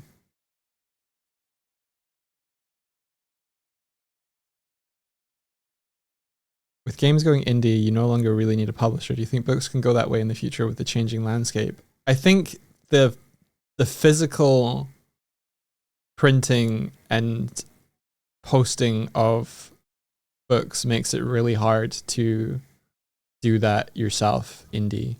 Like usually what I've seen people do is they do a Kickstarter, and then after the Kickstarter is done, they have all the kind of capital they need to cover the printing costs for everyone that ordered a book, and then get an additional amount of copies to sell afterwards. But actually physically packaging and sending books yourself takes forever. So it really depends. Like for us, it's not really feasible to do that because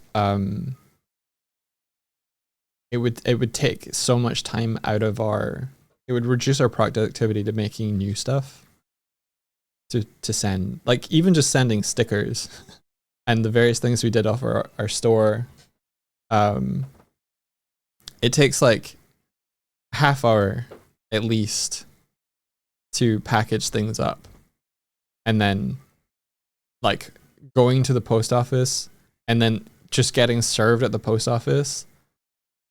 It's like, imagine spending 2 hours to earn like $2 as an example. So you have to really do that stuff in bulk.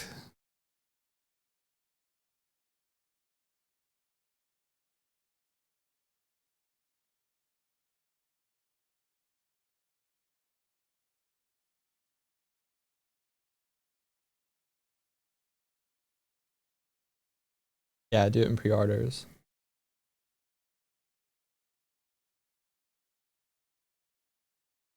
Yeah, the way it broke down as well is that the printing costs for the initial run, and each run they're taken away. They're like, because because what we get is a return on the net rather than the gross. The cost of printing comes out of our cut as well. So while IDW pays for it, it's sort of like, it's kind of like we only get a return back on after that, which, you know, makes sense, but also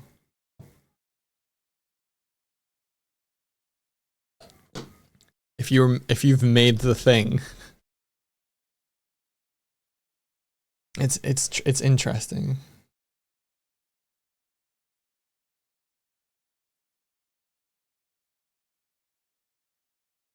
So I think, okay, so comparing it to like video game, you can send someone a video game over the internet and then they can play that video game. And so Steam being your like distribution method for a video game for a developer, it's like it's more immediate. Like you don't have to pay to create the thing in order to sell it. So I think it's more comparable for like webcomic and digital comic sales. Like if you had an indie comic and you were selling digital versions.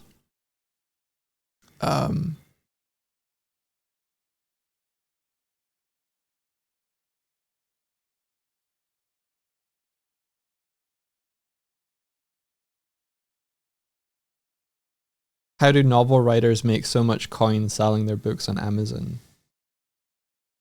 They probably sell thousands upon thousands of copies to make any kind of real return.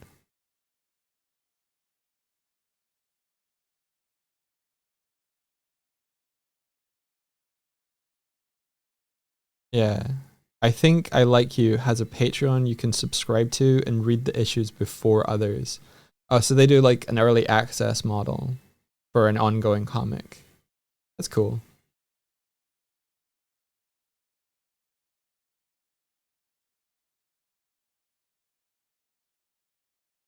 The biggest issue with indie now is without a publisher, it's harder to get visibility on your game, so it can be on Steam but no one would know, especially with social media algos screwing other over creatives. Yeah, that's the whole thing. Reach is a big thing. Like I don't think IDW has a huge social media presence, but what they do have is that they publish comics of well-known IPs. And so they kind of have a catchment of people who are already interested in things like Transformers, Sonic, and Turtles. But like, I think if you're going to publish anywhere, you have to have your own. You have to have your own presence, your own online presence, or it's just going to die on the vine.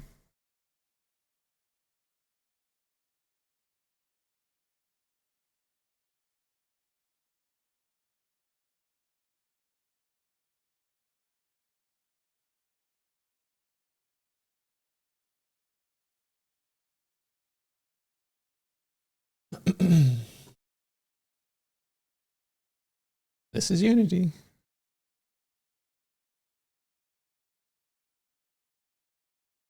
I still think making your own stuff is the route to. It's just the path forward for me personally. Oh my god, this is Unity.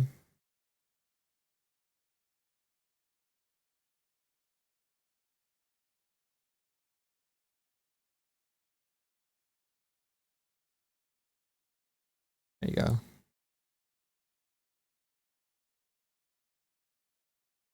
Where do you stand on people making stuff based on you and Swifty? I mean, if it's fan art, that's awesome. It's really cool. If it's, I don't know. That's a variable question. Like, if you want to make a stream that's kind of like ours, that's kind of like your own adaptation of the format, I'm absolutely cool with that. Like, I want to see more people making cool stuff like that. If you make a Doig and Swift ripoff, then I'm not gonna be like yay to that. It depends what you mean. Like if you do a drawing and it's like this is Doig and Swift, and that's all good.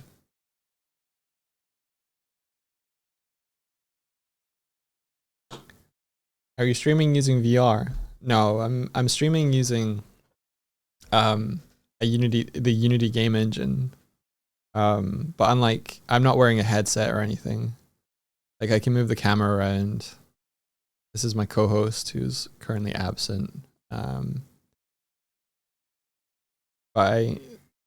I work like a video game character. I can move around, but I'm always presenting to a camera. And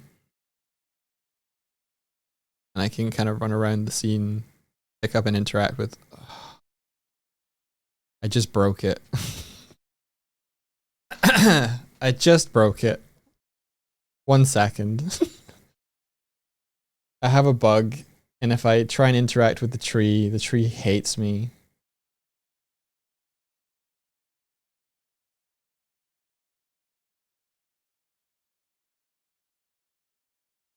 It's broken.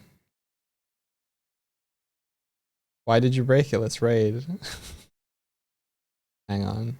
Oh yeah, we are past the time now. That's true. Hang on. Welcome back. So this is my set. Oh. And this is a raid happening.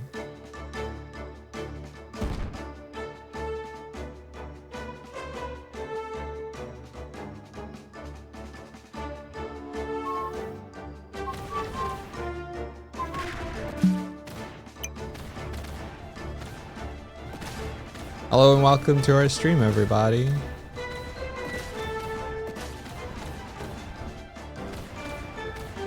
A D20 raid. Hello. D&D fans, huh? Oh. Yeah.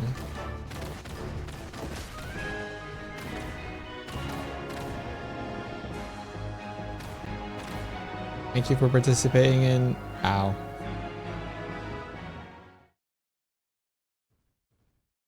Welcome. Welcome in. As you can see, we do things a little bit differently over here. It's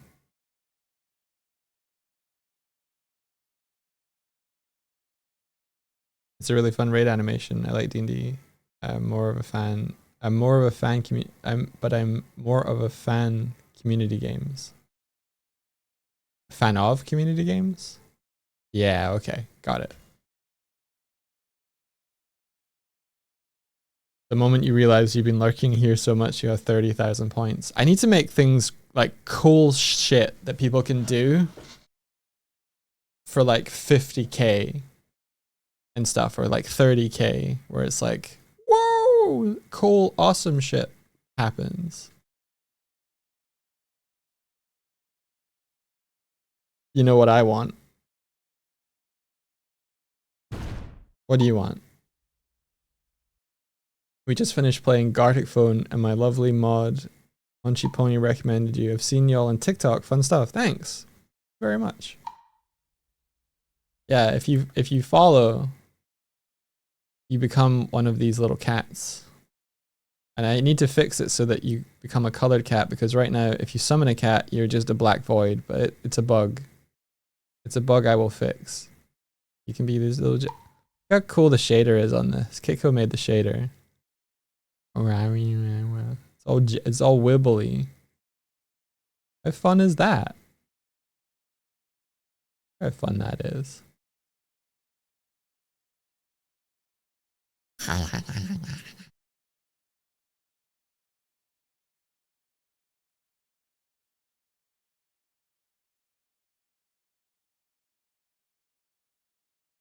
You should be the color of your name on Twitch. That's what would happen when you summon. And maybe when you follow. I need to check. He's a blue one.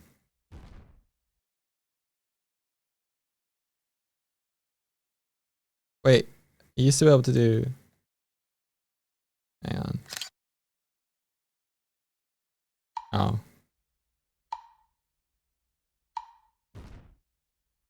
Here we go. If you and Swift summon cats, they should have your faces.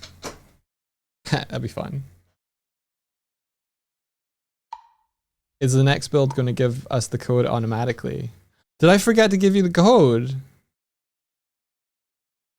Ah.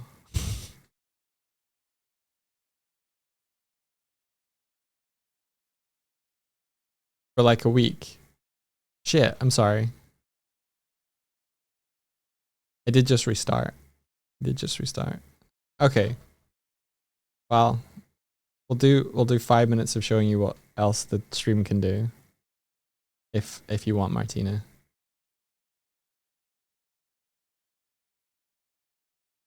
I'm just absent-minded. You have to yell at me. You want. All right. So one of the other things I built is that our stream is networked multiplayer, which means that if I throw this code,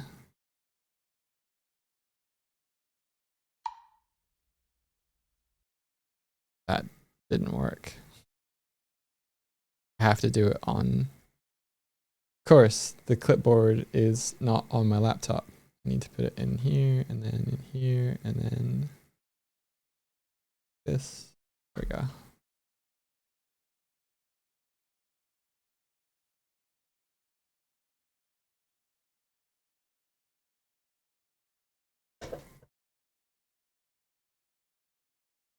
There we go. So this is Martina. This is my mod, Martina, our mod. And they've disappeared. Probably in here somewhere.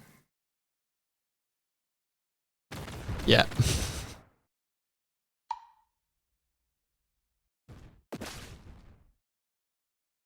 Yeah. So this is the kind of havoc that Martina can cause.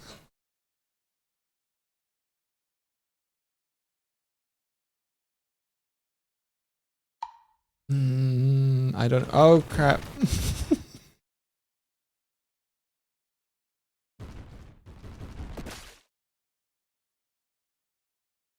So Swift is up there somewhere, and I'm over. I'm over here.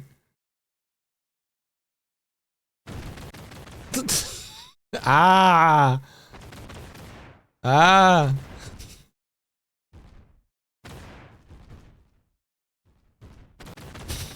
Ah.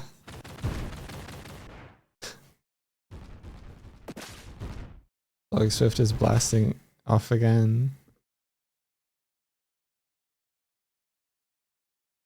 Yep.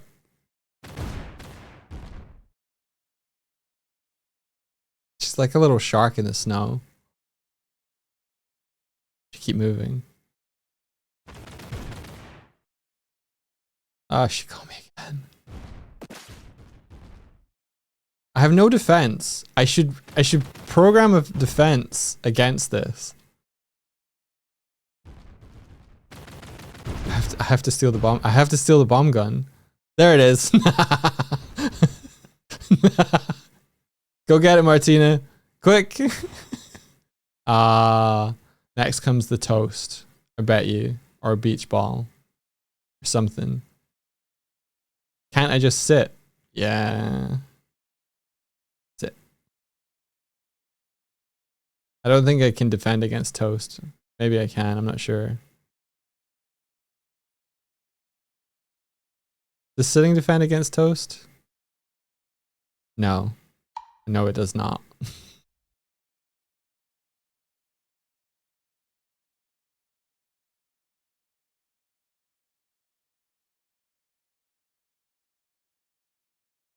So yeah, I've made it so that our mods can join, become little mod ghosts, and then interact with the scene as they see fit. Martina uses it for evil. Oh, hey, Stamps. Oh, hey, Stamps. A friend. Yeah. This is our mail delivery crow, and he sends us letters that you guys send.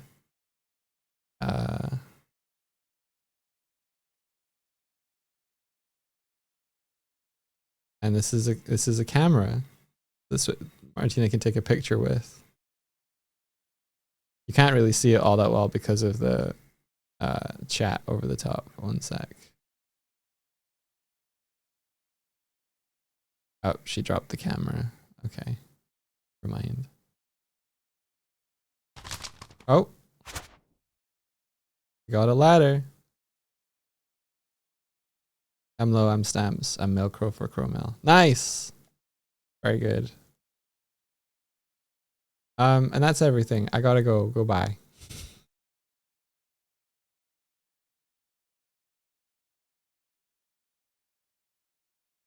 Who are we raiding today?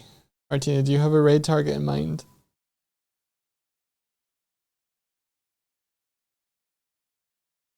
Yes. Who? Oh, I heard a cat. Orangey Canart. Orangey Kunart. Yay! They're awesome. That's awesome. Let's go.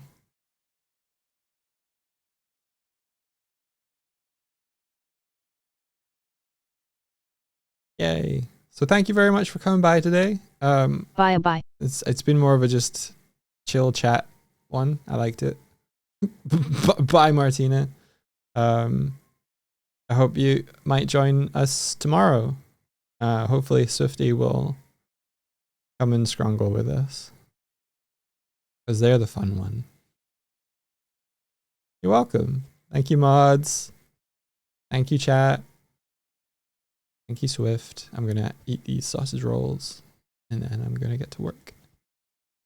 Oh, it's cold today. Oh, a wave. I'm gonna make it that I can wave as well. Do a little wave anim. Put like little animals on a thing. God, it'll be good. Adventure. Adventure. Take care, everybody. Goodbye. Goodbye. Goodbye. Goodbye. Goodbye. Goodbye. Goodbye. Goodbye. Goodbye. Goodbye. May the rest of the day be filled with adventure. Goodbye. Goodbye. Goodbye. Goodbye. Goodbye. Goodbye. Goodbye. Goodbye. Goodbye. Goodbye. Goodbye. Goodbye. Goodbye. Goodbye. Hey, VOD Squad. Password today is